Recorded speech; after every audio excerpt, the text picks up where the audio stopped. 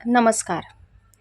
शब्द हृदयातून या चॅनलमध्ये आपल्या सर्वांचे खूप खूप स्वागत. प्रेमाचा सहवास या आमच्या कथेला तुमच्याकडून मिळत असलेल्या भरभरून प्रेमाबद्दल आम्ही आपले खूप खूप आभारी आहोत. तुम्ही या चॅनलवरती नवीन असाल तर कृपया चॅनलला सबस्क्राईब करा. इंद्रा राधाला आपल्या दोन्ही हातावर उचलून घेऊन घराकडे निघाला. सर, काय करताय? मला खाली सोडा. कोणी पाहिले तर काय म्हणतील? राधा त्याच्या हातातून सुटण्याचा प्रयत्न करत इंद्राला खाली उतरवण्यासाठी विनवणी करत होती. आपल्या दोघांचे एकमेकांवर खूप प्रेम आहे आणि नवरा बायकोला प्रेमाने उचलून घेऊन आला आहे असेच तर म्हणतील. दुसरे काय म्हणतील? इंद्रा तिच्या घाबरलेल्या चेहऱ्याकडे पाहून बोलला. सर, कोणी बघेल. प्लीज खाली सोडा. बघू दे मग, काय फरक पडतो. सर प्लीज, घरात मोठे असतील. सोडा मला. आई बाबा काय म्हणतील. तिची ती खाली उतरवण्यासाठीची केविलवाणी धडपड पाहून इंद्राला फार मजा येत होती. आतापर्यंत इंद्रा राधाला हातावरती घेऊन उंबऱ्यापर्यंत येऊन पोहोचला होता. राधाने एकदा दरवाजाकडे पाहिले. आता तिला आणखीनच भीती वाटू लागली होती. सर प्लीज, ती पुन्हा एकदा शेवटचा प्रयत्न म्हणून केविलवाणा चेहरा करून इंद्राला बोलली. सर प्लीज, ती पुन्हा एकदा शेवटचा प्रयत्न म्हणून केविलवाणा चेहरा करून इंद्राला बोलली. ओके ओके ओके, उतरवतो खाली, पण या बदल्यात मला काय भेटेल? ती तिच्या चेहऱ्यावर नजर फिरवत बोलला. तुम्ही जे म्हणाल ते भेटेल. आधी मला खाली उतरवा. खाली उतरण्याच्या घाईत इंद्राला ती तोंडात येईल ते बोलून गेली. बघ हा, पुन्हा माघार फिरायचं नाही. बघ हा, पुन्हा माघार फिरायचं नाही. प्रॉमिस. इंद्राने तिच्या डोळ्यात पाहत विचारले. Okay, promise. तुम्ही म्हणाल ते करेल. राधानेही इंद्राला प्रॉमिस केले. तिने प्रॉमिस करताच इंद्राने राधाला खाली उतरवले. खाली उतरताच ती वाऱ्याच्या वेगाने घरात पळत गेली. तिला पळताना पाहून ती पडते की काय त्याला जरा भीतीच वाटली. राधा, स्लो स्लो, पळू नको. तो तिला दरवाजामधूनच ओरडला. त्याच्या बोलण्याकडे दुर्लक्ष करून पळत ती हॉलमध्ये जाऊन अचानक थांबली. हॉलमध्ये सगळेच बसलेले होते. काय ग, असं पळायला काय झाले? वैशालीताईंनी जरा रागातच विचारले. राधा थोडी वरमली. तिने लगेच मान खाली घातली. राधा, ये बस जरा इथे. कॉफी घेतेस का? मालतीताईंनी विषय हलका करण्यासाठी राधाला विचारले. तोपर्यंत इंद्रा राधापर्यंत येऊन पोहोचला होता. इंद्राला पाहून वैशालीताईंनी राधावरून नजर हटवली. काय झाले? इथे अशी का थांबली आहेस? फ्रेश व्हायचं नाही का तुला? चल पटकन फ्रेश हो आणि मग खाली येऊन बस. इंद्राने जणू तिला ऑर्डर सोडली. इंद्राने चल म्हणताच राधाने मालतीताईंकडे पाहिले. मालतीताईंनी तिला नजरेनेच जा म्हणून इशारा केला. इंद्राने तोपर्यंत राधाचा हात पकडला होता आणि तिला स्वतःबरोबर घेऊन जाऊ लागला. इंद्राने हात पकडताच राधाने वैशालीताईंकडे पाहिले. त्या डोळे फाडून राधाकडे पाहत होत्या. "सर, सोडा," राधा हळूच तोंडात पुटपुटली. त्यांचा पकडलेला हात पाहून, "वेदू, बाईला आजकाल फ्रेश व्हायला पण वहिनीबरोबर लागते." श्लोक वेदिका आणि श्रेयाला थोडा मोठ्याने बोलला. श्लोकचे शब्द ऐकताच मोठ्यांनी गालात हसत मान खाली घातली. "हो रे दादू." वैशालीताई मात्र रागात धुसफुसत होत्या. मायरा या घरची सून व्हावी ही त्यांची इच्छा होती, परंतु तसे झाले नाही. राधा, जी एकदम गरीब घरातून सून म्हणून त्यांच्या घरी आली होती, हे वैशालीताईंना अजिबात रुचत नव्हते. रूममध्ये येताच इंद्राने बॅग ठेवली. तरीही राधा तिच्याच विचारात गुंतलेली होती. तिच्या हातावरची पकड इंद्राने कधीच सोडली होती, परंतु राधाचे तिकडे लक्ष नव्हते. "फ्रेश व्हायला माझ्याबरोबर येणार आहेस का?" "मला काही प्रॉब्लेम नाही. मला तर खूप आवडेल तुझ्याबरोबर फ्रेश व्हायला. चल, बरोबर फ्रेश होऊन येऊ." इंद्रा राधाकडे पाहून फ्रेश या शब्दावर जोर देत बोलला. इंद्रनीलचे शब्द ऐकताच राधा पटकन लाजत बाथरूममध्ये जाऊन घुसली. तिची ती रिॲक्शन पाहून इंद्राने एक हात केसामध्ये घालून मागे केले आणि गोड गालात हसला. "कसे होणार माझे? ही अशीच लाजत राहिली तर माझे काही खरे नाही." तो स्वतःशीच बोलला. राधा दिल्लीला जायची तयारी करत होती. ती तिची बॅग पुन्हा पुन्हा काढून भरत होती. तेवढ्यात वेदिका आणि श्रेया इंद्राच्या रूमच्या बाहेर आल्या. "वहिनी, येऊ का?" दरवाजावर नॉक करून श्रेयाने राधाकडे पाहून विचारले. "अगं, विचारतेस काय? या ना आतमध्ये." राधाने त्या दोघींकडे पाहून त्यांना आतमध्ये येण्यासाठी सांगितले. "वहिनी, झाली का तयारी?" श्रेयाने राधाला विचारले. वेदिकानेही "वहिनी वहिनी काय लावले आहे?"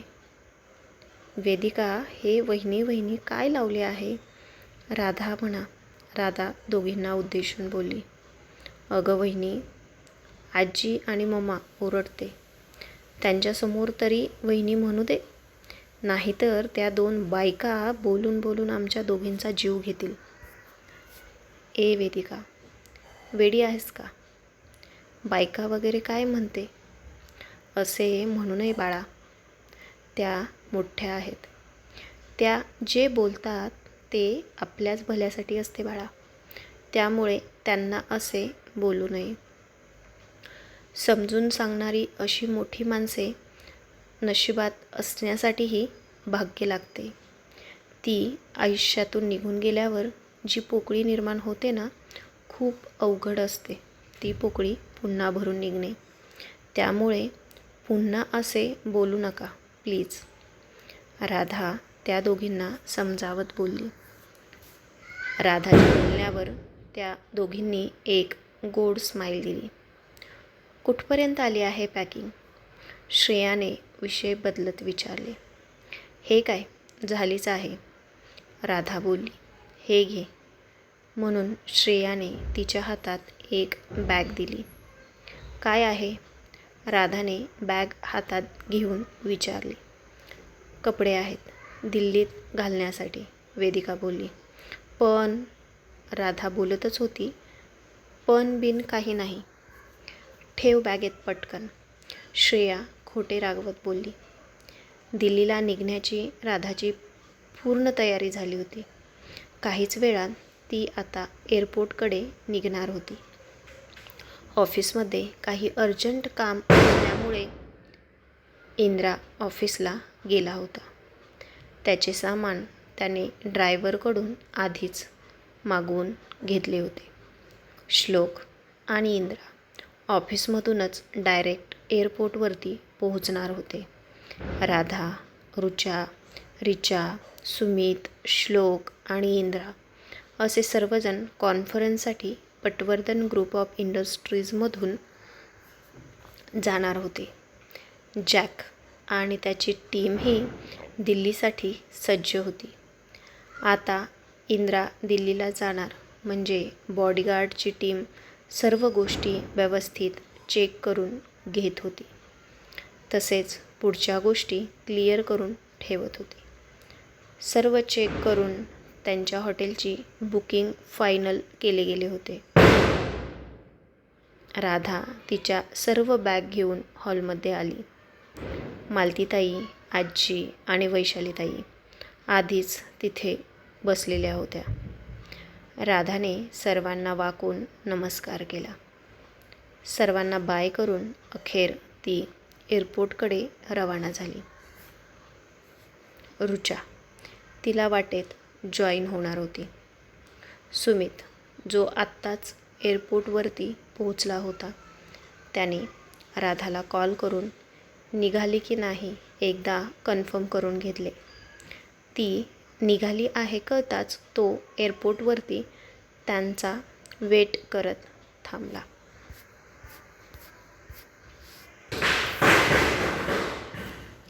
राधा आणि ऋचा एअरपोर्टवर पोहोचल्या. राधाने ऋचाला निम्म्या रस्त्यातून पिक केले होते. त्यामुळे ती राधाबरोबरच ऑटोने आली होती. दोघींनीही आपापल्या बॅगा घेतल्या आणि एअरपोर्टमध्ये एंटर झाल्या. त्या दोघींना समोर येताना पाहून सुमित पटकन त्यांच्यासमोर जाऊन उभा राहिला. हाय म्हणून त्याने दोघींनाही ग्रीट केले. राधानेही स्माईल करत हॅलो म्हणून त्याला ग्रीट केले. राधा तुझी बॅग दे इकडे, मी घेतो. सुमितने राधाच्या हातातील बॅगकडे पाहून राधाला विचारले. नाही, नको सर, मी घेते. एवढी काही जड नाही म्हणून राधाने त्याला बॅग देण्यास नकार दिला. राधा माझी बॅग खूप जड आहे. सुमित सरांना सांगू का घ्यायला? ऋचा राधाच्या कानात बोलली. त्यावर राधाने ऋचाला डोळे दाखवले. शांत बस. राधाने तिला डोळ्यानेच दटावले. इकडच्या तिकडच्या गप्पा मारत सुमित राधा आणि ऋचाबरोबर उभा होता. तो राधाकडे खूप प्रेमळ नजरेने पाहत होता.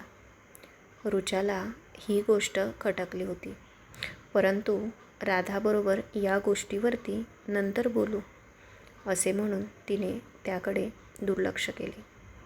काहीच वेळात एअरपोर्टच्या आतमध्ये इंद्रा आणि श्लोक येताना दिसले. त्यांच्या मागे रिचाही चालत येत होती. एअरपोर्टवरील बहुतेक लोक एअरपोर्टच्या दरवाजाकडे वळून वळून पाहत होते.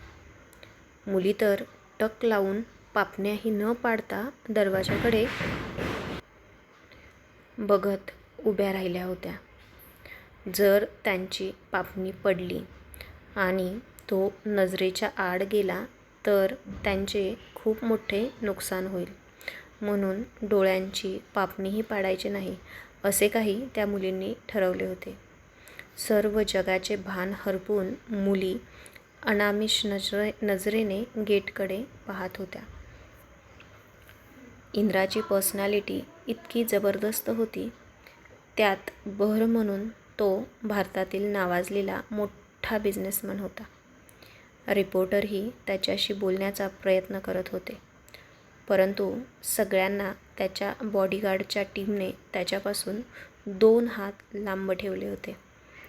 सर्व मुली कुठे पाहत आहेत म्हणून ऋचाने त्या मुलींची नजर फॉलो केली, तर तिला इंद्रा, श्लोक आणि ऋचा आतमध्ये येताना दिसले. ऋचाने राधाला कोपरा मारला आणि त्या मुलींकडे पाहण्याचा इशारा केला. राधा, जगातल्या सर्व मुली फक्त तुझ्या नवऱ्याच्या मागे लागलेल्या दिसतात. जपून राहा हं, नाहीतर एखादी तुझी सवत बनून घरात येईल. ऋचा हळूच तिच्या बाजूला झुकून तिच्या कानात बोलली. ऋचाने कोपरा मारताच राधानेही इंद्रा येत होता त्या बाजूला पाहिले. इंद्राला पाहून राधाचे हृदय जोरजोरात धडधडू लागले होते.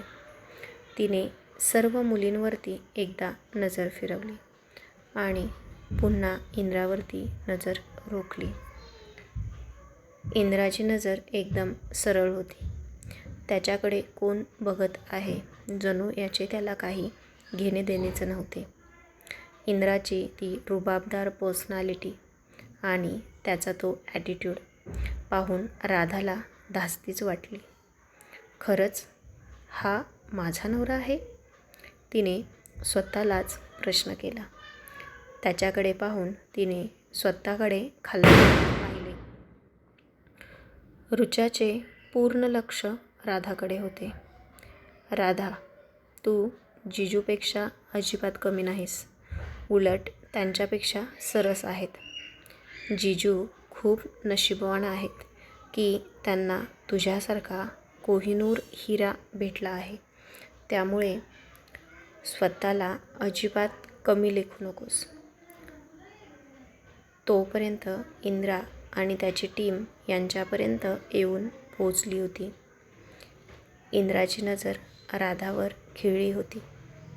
ही प्रत्येक वेळी आणखीनच जास्त सुंदर दिसते. इंद्रा डायरेक्ट तिच्याकडे पाहत मनातच बोलला. श्लोकच्या ते लक्षात येताच त्याने इंद्राला कोपरा मारला. भाई, सर्व तुझ्याकडे पाहत आहेत. कंट्रोल. श्लोकने इंद्राला जागेचे भान करून दिले. इंद्राने भानावर येत नजर सुमितकडे वळवली, जो राधाच्या एका बाजूला उभा राहिला होता आणि राधाला पाहण्यात व्यस्त होता. सुमित. इंद्राने जरा रागातच त्याला हाक मारली. झाले असेल तर निघायचे का?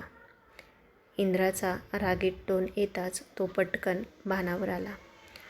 येस येस येस सर, तो अडखळत म्हटला. राधा, चल. ऋचा बॅग सावरत राधाला बोलली. राधा येऊन तिच्या सीटवरती बसली. सुमित तिच्या बाजूला बसणारच की ऋचा पटकन राधाच्या बाजूला बसली. सुमित सर, प्लीज राधाच्या बाजूला मला बसू द्या. ती माझी सीट आहे म्हणून ती तिथे बसली. पहिल्या सीटवर इंद्रा आधीच बसलेला होता. त्याच्या शेजारी बसणे म्हणजे हाताने पायावर कुऱ्हाड मारण्यासारखे होते, म्हणून त्याने मागच्या सीटवर जाणेच पसंत केले.